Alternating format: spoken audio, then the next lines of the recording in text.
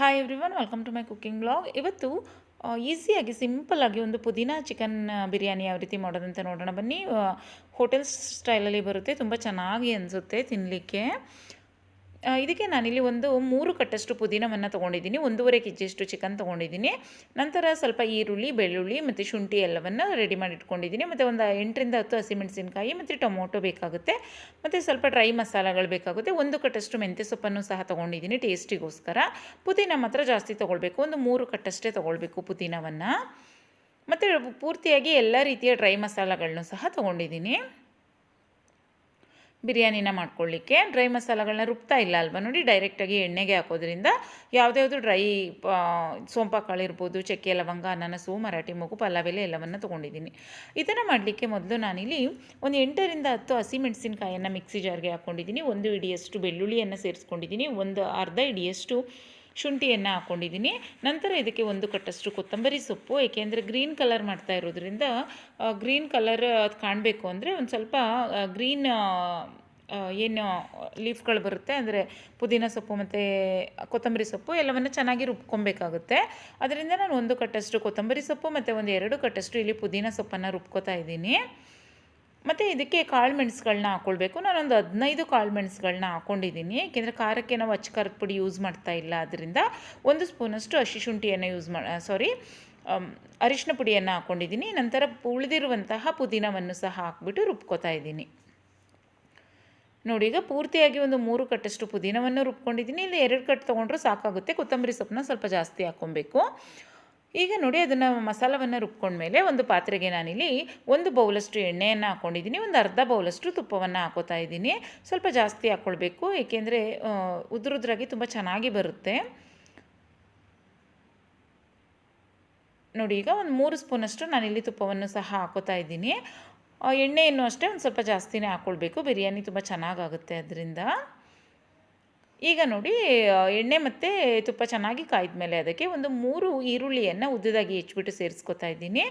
ಈರುಳ್ಳಿಯನ್ನು ಸೇರಿಸಿದ ಮೇಲೆ ಡ್ರೈ ಮಸಾಲೆಗಳೇನಿದೆ ಅದನ್ನು ಸೇರಿಸ್ಕೊಬೇಕಾಗುತ್ತೆ. ಫಸ್ಟೇ ಹಾಕ್ಬಿಟ್ರೆ ಅದು ಸ್ವಲ್ಪ ಸೀದೋದಂಗೆ ಆಗಿಬಿಡುತ್ತೆ. ಅದರಿಂದ ಈಗ ಈರುಳ್ಳಿಯನ್ನು ಸೇರಿಸಿದ ಮೇಲೆ 1 ನಿಮಿಷ ನಾನು ಈರುಳ್ಳಿಯನ್ನು ಚೆನ್ನಾಗಿ ಫ್ರೈ ಮಾಡ್ಕೊಂಡಿದ್ದೀನಿ.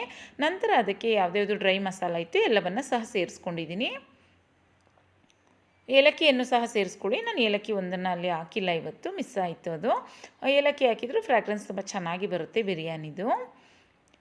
ಈಗ ನೋಡಿ, ಈರುಳ್ಳಿ ಚೆನ್ನಾಗಿ ಫ್ರೈ ಆಗಬೇಕು, ಅಂದರೆ ಒಂದು ಸ್ವಲ್ಪ ಕಲರ್ ಚೇಂಜ್ ಆಗಬೇಕು, ಅಲ್ಲಿ ತನಕ ಈರುಳ್ಳಿಯನ್ನು ಫ್ರೈ ಮಾಡ್ಕೊಳ್ಬೇಕು.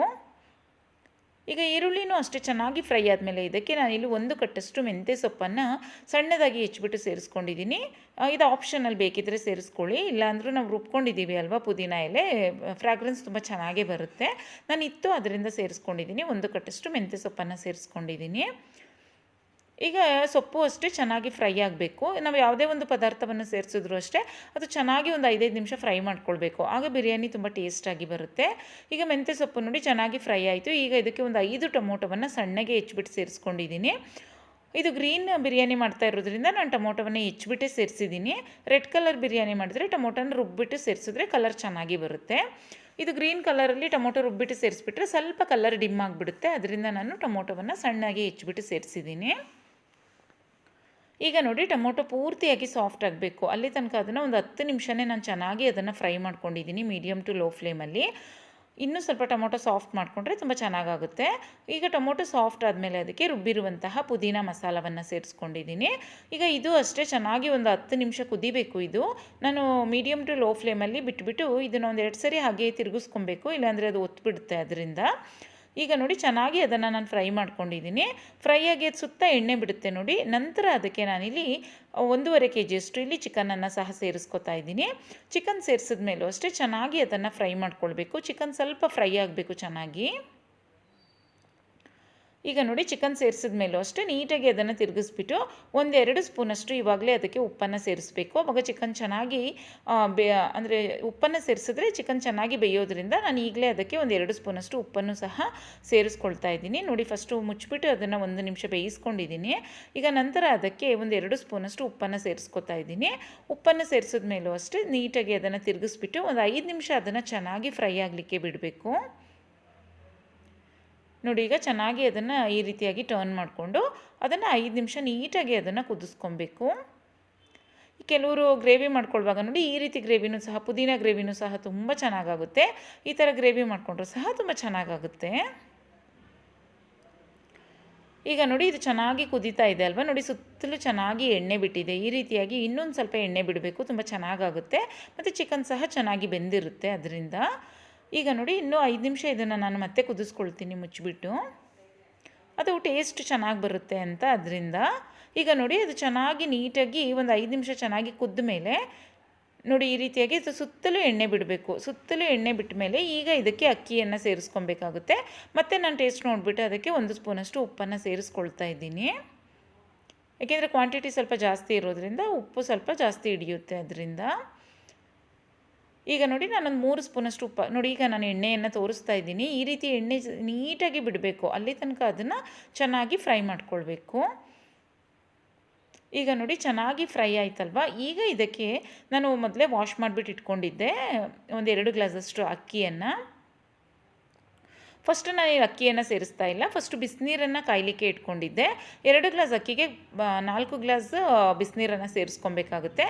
ನಾನಿಲ್ಲಿ ಫಸ್ಟು ನೀರನ್ನು ಸೇರಿಸ್ಕೊತಾ ಇದ್ದೀನಿ. ಅದ್ರಿಗಿಂತ ಮುಂಚೆ ಇಲ್ಲಿ ನಾನು 1-2 ಸ್ಪೂನಷ್ಟು ಬಿರಿಯಾನಿ ಮಸಾಲವನ್ನು ಸಹ ಸೇರಿಸ್ಕೊತಾ ಇದ್ದೀನಿ, ಟೇಸ್ಟ್ ಚೆನ್ನಾಗಿ ಬರುತ್ತೆ ಅಂತ. ಈಗ ನೋಡಿ 2 ಸ್ಪೂನ್ ಬಿರಿಯಾನಿ ಮಸಾಲವನ್ನು ಸೇರಿಸಿದ ಮೇಲೂ ಅಷ್ಟೇ ಅದನ್ನು ಚೆನ್ನಾಗಿ ಮಿಕ್ಸ್ ಮಾಡ್ಕೊಳ್ಬೇಕು. ಈಗ ಇದಕ್ಕೆ 4 ಗ್ಲಾಸಷ್ಟು ನಾನಿಲ್ಲಿ ನೀರನ್ನು ಸೇರಿಸ್ಕೊತಾ ಇದ್ದೀನಿ. ಅಂದರೆ ಪರ್ಫೆಕ್ಟಾಗಿ ನಾವೇನು ಅಕ್ಕಿಯನ್ನು ತೊಗೋತೀವಿ ನೋಡಿ ಅದರ 2ರಷ್ಟು ನೀರನ್ನು ಸೇರಿಸ್ಕೊಂಡಾಗ ಬಿರಿಯಾನಿ ಉದುರುದ್ರಾಗಿ ತುಂಬ ಚೆನ್ನಾಗಿ ಬರುತ್ತೆ. ಈಗ ನೋಡಿ ನಾನು 4 ಗ್ಲಾಸಷ್ಟು ನೀರನ್ನು ಸೇರಿಸಿದ್ದೀನಿ. ಈಗ ಅದು ಚೆನ್ನಾಗಿ ಕುದಿ ಬರಬೇಕು. ನಾನು ಬಿಸಿನೀರನ್ನೇ ಸೇರಿಸಿರೋದ್ರಿಂದ ಬೇಗ ಕುದಿ ಬರುತ್ತೆ. ತಣ್ಣೀರು ಸೇರಿಸಿದ್ರೆ ಒಂದು 10 ನಿಮಿಷ ವೆಯ್ಟ್ ಮಾಡಬೇಕಾಗುತ್ತೆ. ನಾನು ಬಿಸಿನೀರನ್ನೇ ಸೇರಿಸ್ಕೊಂಡಿದ್ರು ಅದರಿಂದ ಒಂದು 5 ನಿಮಿಷದಲ್ಲೇ ಅದು ಬೇಗ ಕುದಿ ಬಂತು. ಈಗ ನೋಡಿ ಅದನ್ನು ಮತ್ತೆ ನಾನೊಂದು 5 ನಿಮಿಷ ಚೆನ್ನಾಗಿ ಕುದಿಸ್ಕೊಂಡಿದ್ದೀನಿ. ಏಕೆಂದರೆ ನೀರು ಅದೇನು ನಾವು ಬಿಸಿನೀರು ಸೇರಿಸಿರ್ತೀವಿ ಚಿಕನ್ ಜೊತೆಗೆ ಚೆನ್ನಾಗಿ ಕುದಿಬೇಕು ಅದು, ಆಗ ಬಿರಿಯಾನಿ ಟೇಸ್ಟ್ ಚೆನ್ನಾಗಿ ಬರುತ್ತೆ. ಈಗ ನಾನೊಂದು 5 ನಿಮಿಷ ಕುದಿಸ್ಕೊಂಡ್ಮೇಲೆ ಅದಕ್ಕೆ ನೆನೆಸಿಟ್ಕೊಂಡಿರುವಂತಹ ಅಕ್ಕಿಯನ್ನು ಸೇರಿಸ್ಕೊತಾ ಇದ್ದೀನಿ. ಅಂದರೆ ಮೊದಲೇ ವಾಶ್ ಮಾಡಿಬಿಟ್ಟು ಇಟ್ಕೊಂಡಿದ್ದೆ ಅಕ್ಕಿಯನ್ನು. ಈಗ ಅಕ್ಕಿಯನ್ನು ಸೇರಿಸಿದ ಮೇಲೂ ಅಷ್ಟೇ ಒಂದು ಲಿಡ್ನ ಮುಚ್ಚಿಬಿಟ್ಟು ಅದು ಚೆನ್ನಾಗಿ ಕುದಿ ಬರಬೇಕು. ಹೈ ಫ್ಲೇಮಲ್ಲೇ ಚೆನ್ನಾಗಿ ಬೇಯಿಸ್ಕೊಳ್ಬೇಕು. ನೋಡಿ ಇನ್ನೂ ನಾನು ಹೈ ಫ್ಲೇಮಲ್ಲೇ ಅದನ್ನು ಬೇಯಿಸ್ಕೊಳ್ತಾ ಇದ್ದೀನಿ. ಈಗ ಮತ್ತೆ ರುಚಿಗೆ ತಕ್ಕಷ್ಟು ಉಪ್ಪು ಬೇಕಿದ್ರೆ ಉಪ್ಪನ್ನು ಸಹ ಸೇರಿಸ್ಕೊಳ್ಬೋದು. ಈಗ ನೋಡಿ ಚೆನ್ನಾಗಿ ಕುದೀತಾ ಇದೆ. ನಾನು ಇನ್ನೂ ಅದನ್ನು ಹೈ ಫ್ಲೇಮಲ್ಲೇ ಸಹ ಕುದಿಲಿಕ್ಕೆ ಇಟ್ಟಿದ್ದೀನಿ. ನಾವು ಅದನ್ನು ಯಾವ ಟೈಮಲ್ಲಿ ಸಿಮ್ ಮಾಡಬೇಕು ಅಂದರೆ ಮೀಡಿಯಮ್ ಟು ಲೋ ಫ್ಲೇಮ್ ಮಾಡಬೇಕು ಅಂದರೆ ನೀಟಾಗಿ ಅದು ಅಕ್ಕಿ ನೀರೆಲ್ಲ ತೊಗೊಂಡು ಅರಳ್ಕೊಂಡಿರುತ್ತೆ ನೋಡಿ. ಇನ್ನೇನು ನೀರು ಸ್ವಲ್ಪ ಪ್ರಮಾಣದಲ್ಲಿ ಮಾತ್ರ ಇರುತ್ತೆ ನೋಡಿ, ಆ ಟೈಮಲ್ಲಿ ನಾವು ಲೋ ಫ್ಲೇಮಲ್ಲಿ ಮಾಡಿ ಬಿಟ್ಬಿಡಬೇಕು. ಆಗ ಅಕ್ಕಿ ಚೆನ್ನಾಗಿ ಬೆಂದಿರುತ್ತೆ ನೋಡಿ. ನಾವು ಈ ರೀತಿ ಬೇಯಿಸ್ಕೊಳ್ಳೋದ್ರಿಂದ ಒಂಥರ ಅಕ್ಕಿ ಅದೇನಿರುತ್ತೆ ಗಟ್ಟಿಯಾಗಿರಲ್ಲ, ಸಾಫ್ಟಾಗಿ ಬೇಯುತ್ತೆ ನೋಡಿ. ನಾನು ಇನ್ನೂ ಸಿಮ್ ಮಾಡಿಲ್ಲ, ಅದನ್ನು ಹೈ ಫ್ಲೇಮಲ್ಲೇ ಬಿಟ್ಟಿದ್ದೀನಿ ನೋಡಿ. ಇಷ್ಟು ಹದದಲ್ಲಿ ಬರಬೇಕು.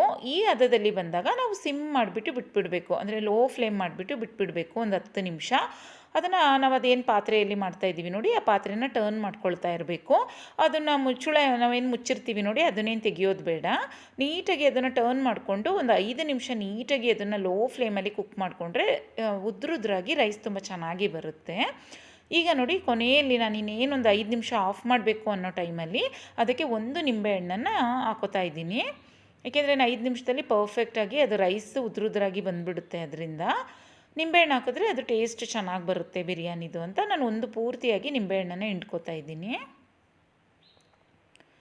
ನೋಡಿ. ಈಗ ನಿಂಬೆಹಣ್ಣನ್ನು ಅಷ್ಟೇ ಹಿಂಡಿದ ಮೇಲೆ ಅದನ್ನು ಚೆನ್ನಾಗಿ ಮಿಕ್ಸ್ ಮಾಡಿಬಿಟ್ಟು ನೀಟಾಗಿ ಅದನ್ನು ಲೋ ಫ್ಲೇಮ್ ಮಾಡಿಬಿಟ್ಟು ಬಿಟ್ಬಿಡಬೇಕು. ನಾನು ಮತ್ತೆ ಒಂದು 3-4 ನಿಮಿಷ ಲೋ ಫ್ಲೇಮ್ ಮಾಡಿಬಿಟ್ಟು ಬಿಟ್ಟಿದ್ದೀನಿ ನೋಡಿ. ಈಗ ಪೂರ್ತಿಯಾಗಿ ನಿಮಗೆ ಕೊನೆಯದಾಗಿ ಇನ್ನೂ ನಾನು ಸ್ಟವ್ ಆಫ್ ಮಾಡಿಲ್ಲ, ತೋರಿಸ್ತಾ ಇದ್ದೀನಿ ನಿಮಗೆ. ಇನ್ನೂ 1 ನಿಮಿಷ ಅರಳಬೇಕು ಅದು ಅಕ್ಕಿ ನೋಡಿ. ಈಗ ಈ ಥರ ಪರ್ಫೆಕ್ಟಾಗಿ ಅಕ್ಕಿ ಅನ್ನ ಉದ್ರುದ್ರಾಗಿ ಬರಬೇಕು, ಅಲ್ಲಿ ತನಕ ನಾವು ಅದನ್ನು ಲೋ ಫ್ಲೇಮಲ್ಲಿ ಕುಕ್ ಮಾಡ್ಕೊಳ್ಬೇಕು ನೋಡಿ. ಇದನ್ನು ನಾನೀಗ ಸ್ಟವ್ ಆಫ್ ಮಾಡಿಬಿಟ್ಟು ಈಗ ನಿಮಗೆ ಅದನ್ನು ತೋರಿಸ್ತಾ ಇದ್ದೀನಿ ನೋಡಿ. ಈಗ ರುಚಿಯಾದಂತಹ ಪುದೀನ ಬಿರಿಯಾನಿಯನ್ನು ಈ ರೀತಿಯಾಗಿ ಮಾಡ್ಕೊಳ್ಬೋದು. ಈ ಚಿಕನಲ್ಲಾದರೂ ಮಾಡ್ಕೊಳ್ಬೋದು, ಇಲ್ಲಾಂದರೆ ಮಟನಲ್ಲಾದರೂ ಸಹ ಮಾಡ್ಕೊಳ್ಬೋದು. ಮಟನಲ್ಲೂ ಸಹ ಅಷ್ಟೇ, ಮಟನ್ ಒಂದು 2 ವಿಷಲ್ನ ನಾವು ಕುಕ್ಕರಲ್ಲಿ ಕೂಗಿಸ್ಕೊಂಡು ಈ ರೀತಿ ಮಾಡಿಕೊಂಡಾಗ ತುಂಬ ಚೆನ್ನಾಗಿ ಬರುತ್ತೆ ಮಟನ್ ಬಿರಿಯಾನಿನೂ ಸಹ. ಇದಕ್ಕೆ ನಾನಿಲ್ಲಿ ಗ್ರೀನ್ ಚಿಕನ್ ಗ್ರೇವಿನ ಮಾಡ್ಕೊಂಡಿದ್ದೆ. ಗ್ರೀನ್ ಚಿಕನ್ ಗ್ರೇವಿಗೆ ಪರ್ಫೆಕ್ಟಾಗಿ ಟೇಸ್ಟ್ ತುಂಬ ಚೆನ್ನಾಗಿ ಬಂದಿತ್ತು. ಮತ್ತು ಮೊಸರದು ರಾಯ್ತನೂ ಸಹ ಮಾಡ್ಕೊಂಡಿದ್ದೆ. ನೋಡಿ ಕಾಂಬಿನೇಷನ್ ತುಂಬ ಚೆನ್ನಾಗಾಗಿತ್ತು. ಗ್ರೀನ್ ನಾವೇನು ಚಿಕನ್ ಬಿರಿಯಾನಿ ಮಾಡ್ಕೊಂಡಿದ್ವೋ ಅದಕ್ಕೆ ಗ್ರೀನ್ ಚಿಕನ್ ಗ್ರೇವಿನೂ ಸಹ ತುಂಬ ಚೆನ್ನಾಗಾಗಿತ್ತು. ಮತ್ತು ಮೊಸರು ರಾಯ್ತನೂ ಸಹ ತುಂಬ ಚೆನ್ನಾಗಾಗಿತ್ತು. ಇದನ್ನು ಸಂಡೇ ಟೈಮಲ್ಲಿ ಸ್ಪೆಷಲಾಗಿ ನಾನ್ ವೆಜ್ ಮಾಡ್ಕೊಳ್ತೀವಿ ನೋಡಿ, ಆ ಟೈಮಲ್ಲಿ ಮಾಡ್ಕೊಳ್ಬೋದು. ಇಲ್ಲಾಂದರೆ ಮಕ್ಕಳದೆಲ್ಲ ಬರ್ಡೇ ಎಲ್ಲ ಬರುತ್ತೆ ನೋಡಿ, ಆ ಟೈಮಲ್ಲಿ ಮಾಡ್ಕೊಂಡಾಗೂ ಸಹ ತುಂಬ ಟೇಸ್ಟಿಯಾಗಿ ಚೆನ್ನಾಗಿರುತ್ತೆ. ಇಲ್ಲಾಂದರೆ ಯಾವ್ದಾದ್ರು ಪಾರ್ಟಿ ಇರ್ಬೋದು, ಇಲ್ಲಾಂದರೆ ಹಬ್ಬದ ಟೈಮಲ್ಲಿ ಮಾಡ್ಕೊಂಡಾಗಲೂ ಸಹ ತುಂಬ ಚೆನ್ನಾಗಿ ಬರುತ್ತೆ. ಮತ್ತು ಟೇಸ್ಟ್ ಸಹ ಪುದೀನ ಹಾಕಿರೋದ್ರಿಂದ ಪುದೀನ ಬಿರಿಯಾನಿ ತುಂಬ ಟೇಸ್ಟಿಯಾಗಿ ಚೆನ್ನಾಗಿ ಬಂದಿತ್ತು. ರೆಸಿಪಿ ಇಷ್ಟ ಆದರೆ ನೀವು ಸಹ ಟ್ರೈ ಮಾಡಿ, ಹಾಗೆ ಬೇರೆಯವ್ರಿಗೂ ಸಹ ಶೇರ್ ಮಾಡಿ, ಹಾಗೆ ಚಾನಲ್ನ ಸಬ್ಸ್ಕ್ರೈಬ್ ಮಾಡ್ಕೊಳ್ಳಿ. ಹಾಗೆ ಇದನ್ನು ಮಾರ್ನಿಂಗ್ ಬ್ರೇಕ್ಫಾಸ್ಟ್ಗೂ ಸಹ ಮಾಡ್ಕೊಳ್ಬೋದು. ಮಕ್ಕಳಿಗೆಲ್ಲ ನಾನ್ ವೆಜ್ ಲಂಚ್ ಬಾಕ್ಸಿಗೆ ಹಾಕ್ಲಿಕ್ಕೆ ಇರಲ್ಲ ಅಲ್ವಾ, ಅದರಿಂದ ಮಧ್ಯಾಹ್ನ ಮತ್ತು ನೈಟ್ ಟೈಮಲ್ಲಿ ಮಾಡಿಕೊಂಡ್ರೆ ತುಂಬ ಚೆನ್ನಾಗಾಗುತ್ತೆ. ರೆಸಿಪಿ ಇಷ್ಟ ಆದರೆ ನೀವು ಟ್ರೈ ಮಾಡಿ. Thanks for watching. ಬಾಯ್.